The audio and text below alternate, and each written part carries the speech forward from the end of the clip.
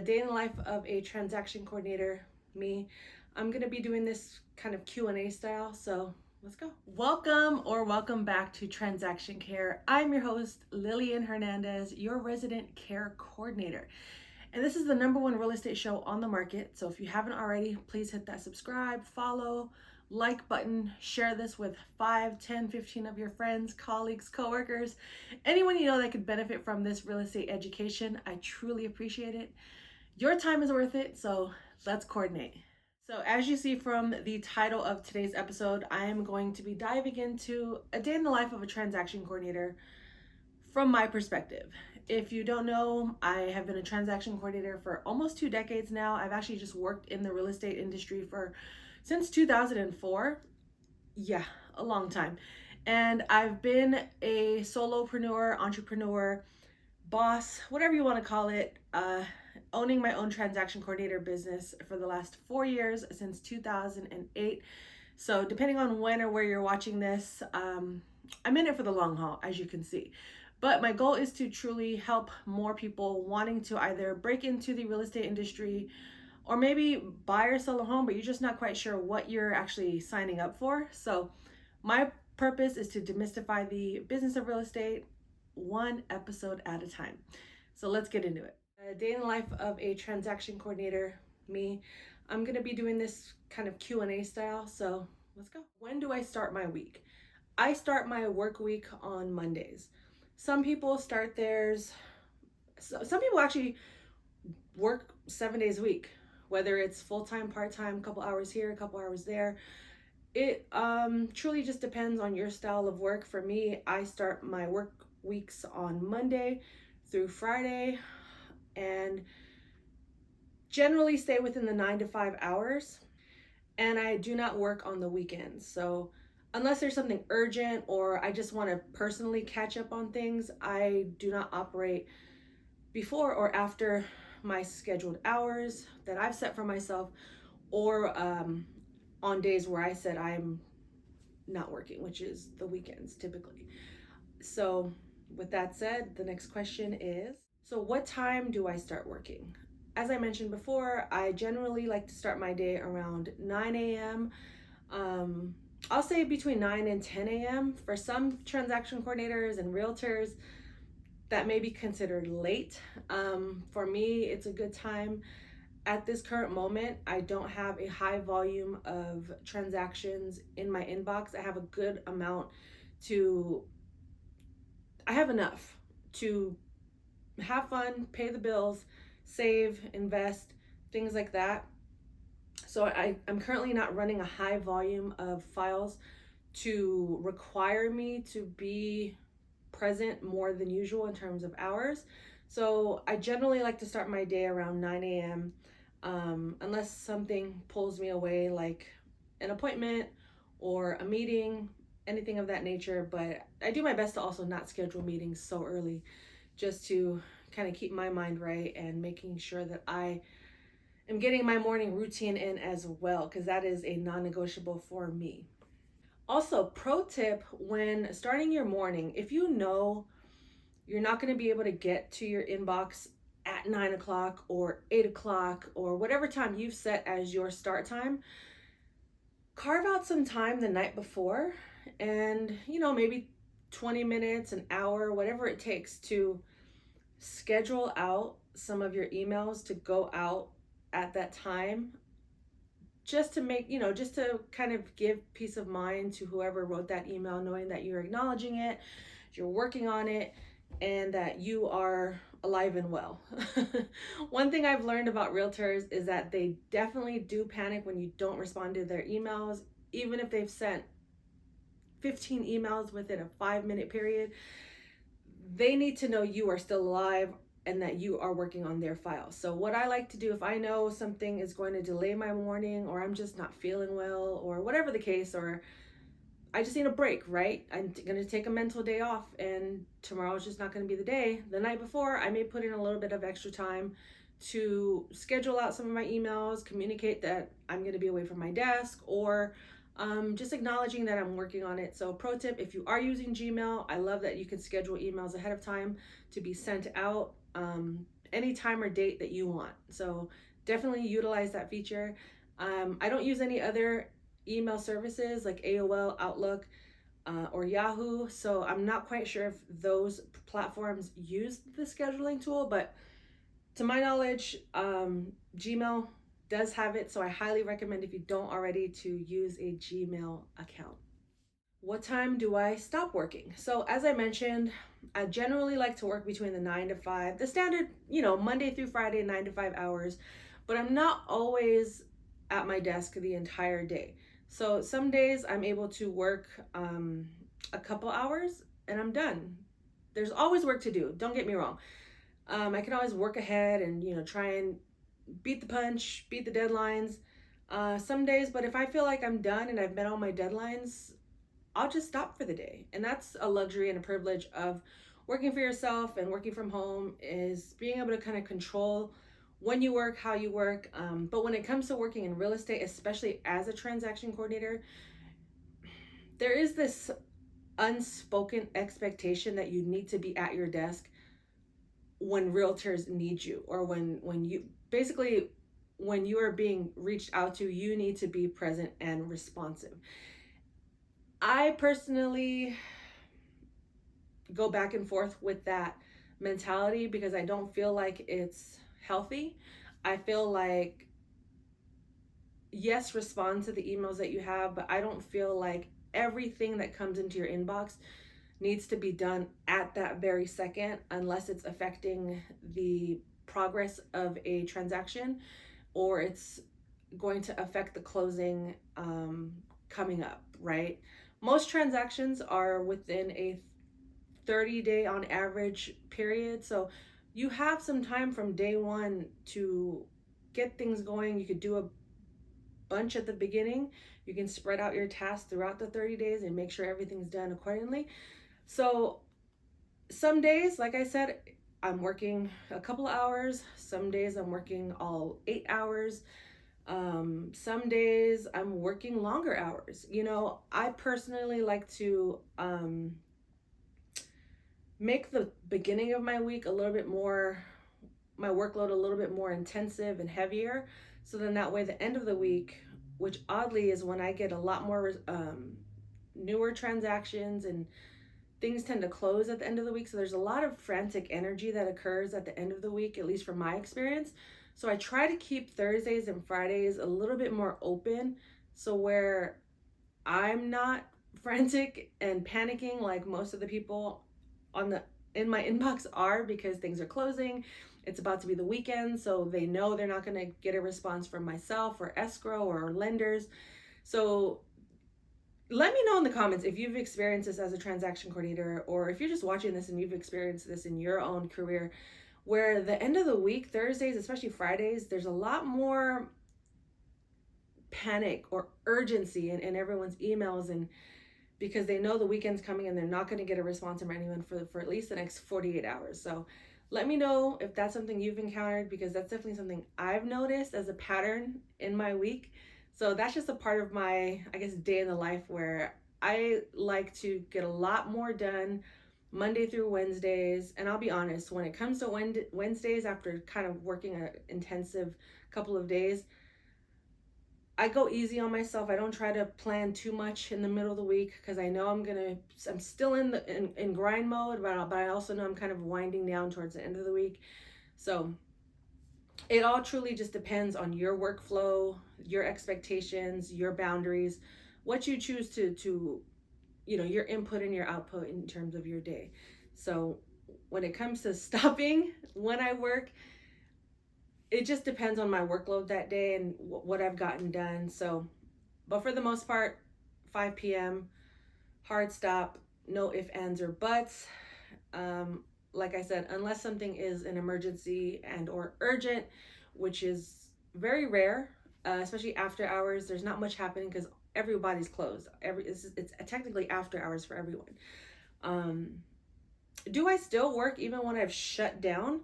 Yes. Especially if I need to catch up on some things that I missed during the day, or if I know I'm going to be traveling out of town, or if I have a meeting or another appointment outside of my work hours, within my work hours that I know I need to attend, I would definitely just spend a little bit more time just either reorganizing my inbox, reevaluating my budget. I will say there isn't a moment where I'm not working, but it's also not to the point of burnout.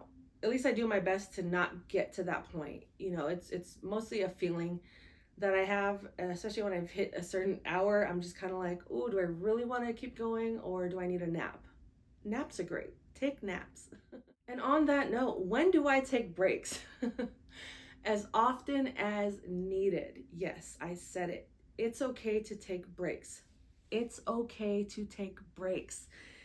Please take your breaks, whether it's 5 minutes into your day, 5 hours into your day, a midday break, or a standard 15-minute break, 1 hour lunch, and then another 15-minute break. Whatever you choose, especially if you work from home, breaks are so important. Even though we're working from home, there still needs to be some separation, or you need to get fresh air. First of all, get some fresh air, whether you go out and just stand outside on your porch, your front door for 5 minutes, getting some sun, some natural light. And because when you work from home, for me at least, I get easily distracted. So it's important for me in those moments where I feel like I'm starting to veer out of my focus. I allow myself that time to, like, okay, let's stop, take a break, go get a snack, use the bathroom, fill up my water, whatever the case may be. I know it's time to take a break, so let me go take that break. I don't set time limits on my breaks. I know exactly when I need to stop and when I need to come back to get the work done. And I know when my breaks take longer than usual, that's something I'm going to have to make up for later in that day or later in that week. And I know it's going to delay my process. So I have like mental awareness of when I need to stop and when I need to keep going. But like I said, it's important to take breaks. So make sure you incorporate breaks into your day, because it will make for a healthier work-life balance. And if you're the type of person that isn't really used to taking breaks, or you don't know how to take a break, start with just a 5-minute break. Set an alarm. I recommend setting an alarm on your phone. Don't use a frantic sound alert. Use something kind of gentle and soft. It's kind of like a gentle nudge, like a harp sound or whatnot, that just tells you to either stand up, go for a walk, and you can even set a timer for 5 minutes if you know that's anything longer is going to make you anxious or frantic or scared. Start small, but I do think it's necessary, and in my opinion, it is a boundary. Taking breaks is a boundary, and it's a healthy boundary that we all need to implement and take action in doing. So whatever it takes for you to break away and regroup and refocus and breathe, because a lot of times we can go on all day and not be breathing properly. So if you need ideas on what to do during that break, just breathe. It's as simple as that. Just take a deep breath in, a deep breath out. So I hope that helps. So what is the first thing I do to start my day? I will say that is a part of the morning. My morning routine is a non-negotiable. It is the part of my day that, regardless of what time I wake up in the day, everything I do in the morning is essential to me having a smooth day. Can I control everything that happens throughout the day? No. But having my morning routine in place just brings me some ease to the beginning of my day that I need to strengthen me to encounter whatever it is I'm about to walk into. So that's prayer, writing in my journals, reading, exercise, freshening up, eating breakfast, fixing my bed. Those are all non-negotiables. So it's important that I get those done before I even sit at my desk. Whether it's condensed into 5 minutes, an hour, 2 hours, I make sure my morning routine is done. So then I can go to my desk and open my inbox and scream.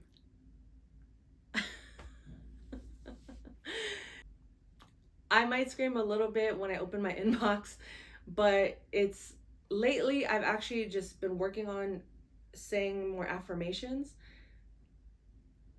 and it's really just helped my mentality and my approach and my feelings towards my work, because before I would just dread it. I would be like, oh my God, it's like never ending. My inbox is so full. What am I going to do? How am I going to do all of this in a short amount of time? It's just me. Keep in mind, I am a team of one. I'm working on building my team, but for now, I am just a team of one. So my inbox is all me. And as a transaction coordinator, you know, we get hundreds and hundreds of emails a day, a week. So it's important to stay on top of those emails as often as possible. But lately, what I've been saying, instead of oh my God, look at all these emails, I've been saying, wow, look at all this money, look at all this abundance, look at all these blessings, right? And when I started saying that every time I got, especially a new contract in my inbox, it actually motivated me even more to get it done sooner than later. I'm gonna admit I am somewhat of a procrastinator, and it's, in my opinion, that is self-sabotage. Oops. Really just implementing these affirmations and just changing the way I view my inbox and my work, and the privilege that I get to do these things. I get to work from home. I get to have my niece run in my room and play while I'm working here at my desk. Like, these are things that I've prayed and cried and just wanted so badly just 4 years ago, and now it's happening. So I do not want to squander this opportunity. So it's important for me to look at my inbox and say thank you and show gratitude and to welcome all of the newness, all of the abundance. And this is a recent practice of mine. So if you're someone that's struggling with looking at their inbox, if you're someone that's dreading it, let's flip the coin. Let's do a different approach and say, hey, thank you. Look at all this money. Look at all this wealth. Look at all this abundance. Look at all these opportunities. This is going to pay my rent for the month. This is going to allow me to travel next month or next year. This is going to allow me to finally buy those running shoes I've been wanting, so I could finally run that marathon I've always dreamed of doing. Whatever the case, I personally am not a marathon runner, but that example just popped in my head. And if that's you, or whatever your goals and your dreams are outside of work, those opportunities in your inbox are going to allow for you to accomplish those things. So it was important for me to accept that mindset and to really put it into practice. And it's made a world of a difference. I've only been doing it for like 2 weeks, and it helps. And if you're the type of person that needs to constantly have the reminder, I also have post-its on my computer. Like the one, like I'm looking at it right now. Show me how good it can get is my latest affirmation. And whether you are religious or not, you pray that to the universe and you ask the universe to show me how good it can get. And honestly, that has just been the world of a difference, because it's so easy for me to go into negativity mode, and that has just really reminded me, like, okay, let's see how good it can get. Let's just keep going, keep trying. And it's working. I'll leave it at that. So in terms of working, what I do as soon as I start my day, I look at my inbox. I know I've kind of went on a tangent, but in terms of my workday and how I break everything down, I basically open my emails, respond to any new emails that have come across my desk that I didn't get to reply to the day before, and then I look for anything that is a new contract, whether it's a new listing agreement or a new ratified contract with a buyer. And I prioritize the new items first in the beginning of my day. So the first hour or two I'm devoting to opening, processing those new files, getting the folders open, getting all my timelines in order, and then I move on to whatever. I use TC Docs, so shout out to anyone who uses TC Docs. I think it's a great program. Then I just do whatever my TC Docs tells me to do, and I'm gonna do a video for sure, so please hit that subscribe button on all of the programs that I use currently, which have helped me to run my business a lot smoother, more efficiently. And but TC Docs basically creates an agenda for me, or an itinerary actually, and I just base my day off of that. And I just started using it at the top of the year, and like I said, I've been a transaction coordinator and working in real estate for almost 2 decades, and I didn't think it was for me, and I'm just so glad that I use it because it's made me a better transaction coordinator in just 4 short months. So I highly recommend. It doesn't have to be TC Docs. It could be whatever TC platform that's out there, whatever works best for you. But for me, it's TC Docs. So check it out if you haven't already. Um, it's made a world of a difference, and that's helped me to run my business, as I mentioned, a lot smoother, a lot more efficiently.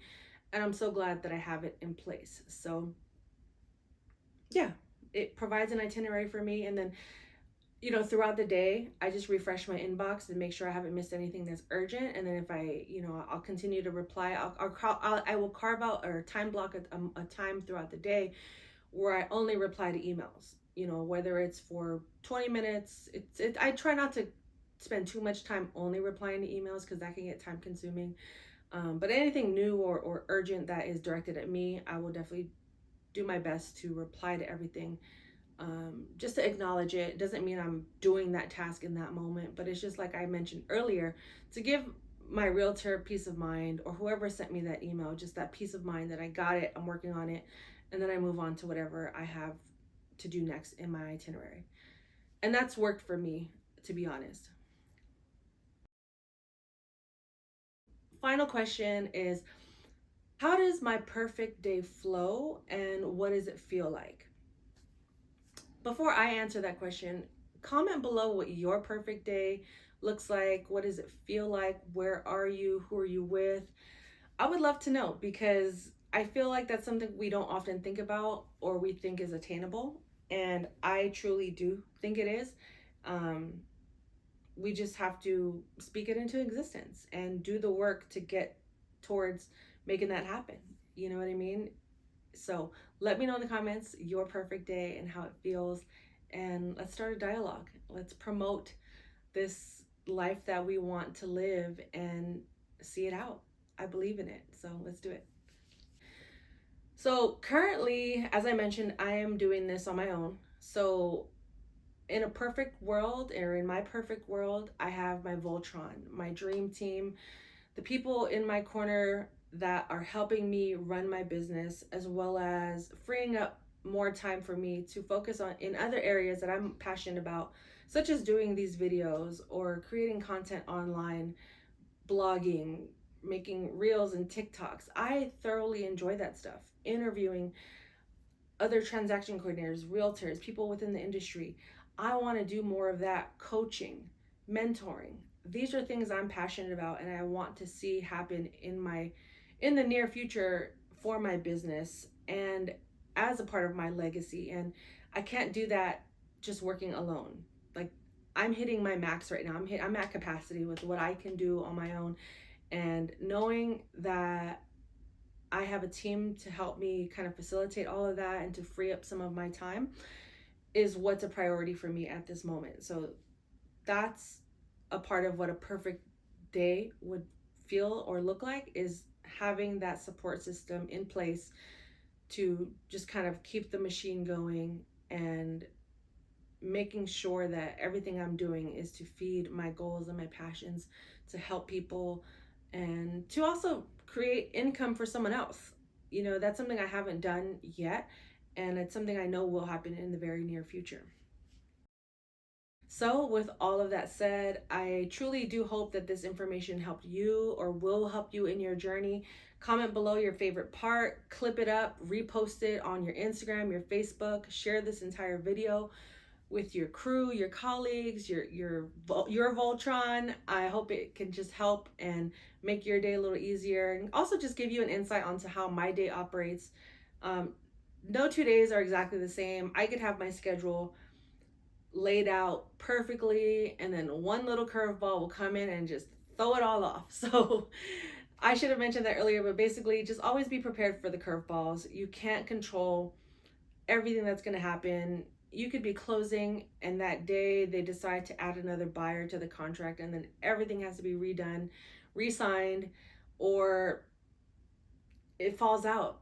You've done all this work, you've planned everything out, you've met every check, you've crossed every T, dotted every I, hit every check mark on your checklist, and then it just all falls apart. So that's just a part of the game you have to get used to. And there's a lot that really goes into each and every day. Like I said, no 2 days are exactly the same, but having a structure in place really helps to make things a lot more clearer, and it gives me a foundation that I know I could stand on without really having to waver or question, like, well, what am I going to do today? It's like I already know everything is in place, and for the days I may have to step away or am out of town, I already know what I have to do ahead of time, and I can do all of that earlier, and everything will still be intact and in place.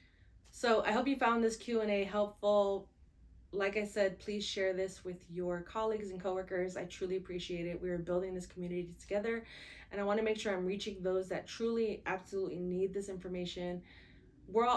You're out there. I know you are, because I was once in your shoes, and I'm still learning. I'm working on getting to the next level in my business, in life, in career, whatever that looks and feels like to me. So I know coming up, I wish I had someone dropping free game on a weekly basis like this, or on social media. And I just want to help as many people as I can that are interested in real estate, in being educated within the real estate industry and field, and just telling it from my perspective, not just as a transaction coordinator, but as a human that actually does care. So with that said, this is Transaction Care. My name is Lillian Hernandez, and your time is worth it. Let's coordinate. And until the next episode, have a good one. I'm out.